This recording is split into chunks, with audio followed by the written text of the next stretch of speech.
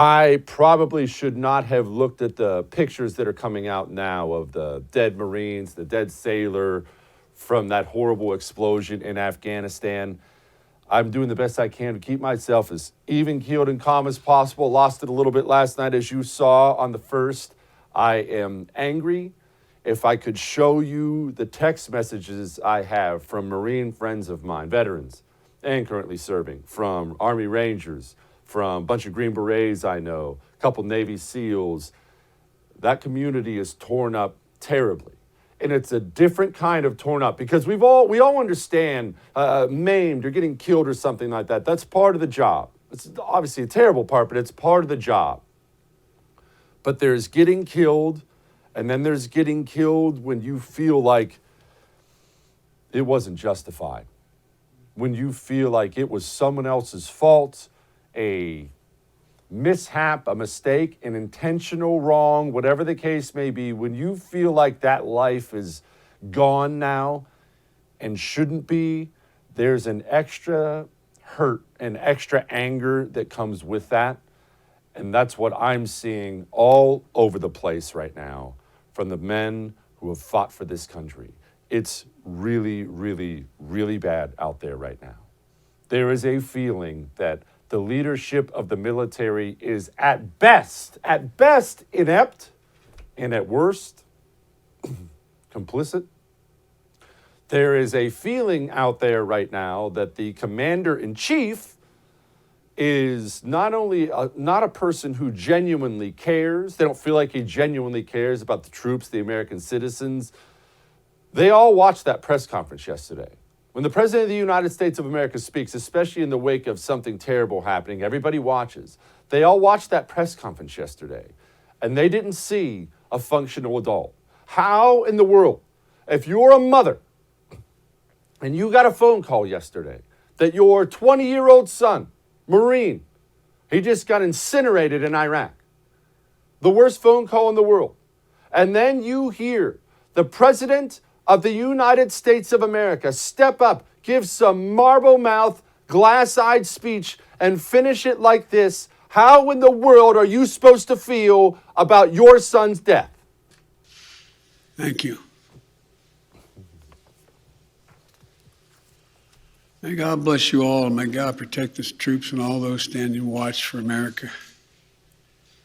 We have so much to do. It's within our capacity to do it. We just have to remain steadfast. Steadfast. We will complete our mission, and we will continue after our troops have withdrawn to find means by which we can find any American who wishes to get out of Afghanistan. We will find them and we will get them out. Ladies and gentlemen, they gave me a list here. The first person I was instructed to call on was Kelly O'Donnell of NBC. That's the commander-in-chief? That's the man at the top? That's what I have to hear as a father, hearing that my son just died? A wife somewhere has to watch the news and see that's the commander-in-chief, the man making the decisions after my son just got killed in Afghanistan? Does that seem like the nation is fulfilling its obligations to the warriors? Or does it seem like the nation has completely abandoned the people who fight for it? And by the way, I've seen a lot of this in the past couple days, and if I have to hear this one more time, my head is just going to pop off. I've seen a lot of people saying, you really have to give it to the media. Boy, they've finally been holding Biden. They've been holding him to task. They've really been going after him about Afghanistan. No. The President of the United States of America just, hang on. I just got to look through some stuff. All right, they gave me a list. I've been instructed on. That's how he went to his first question. Why is that reporter who hears the president talking like that, I was instructed to call on, why does that reporter then ask some random question? Don't even pretend to be a reporter. When you're a reporter and you hear the president say, I was instructed to call on, your response is, instructed by whom, Mr. President? Mr. President, are you not in charge? You are the chief executive, that you were elected. You're the commander-in-chief. And you just said you were instructed. Mr. President, I'm sorry, I have to ask. I have to set my question aside. Could you please elaborate for all of America and the world? Who's instructing you? Who's running the country? And don't the families of those dead Marines and that dead sailor and those dead soldiers, don't they deserve to know? Don't they deserve to know who's running the United States of America? This cannot continue. This cannot continue. And thank God for Peter Doocy. 12 Marines are dead. You said the buck stops with you. Do you bear any responsibility for the way that things have unfolded in the last 2 weeks? I bear responsibility for fundamentally all that's happened of late. But here's the deal. You know, I wish you'd one day say these things. You know as well as I do that the former president made a deal with the Taliban that he would get all American forces out of Afghanistan by May 1.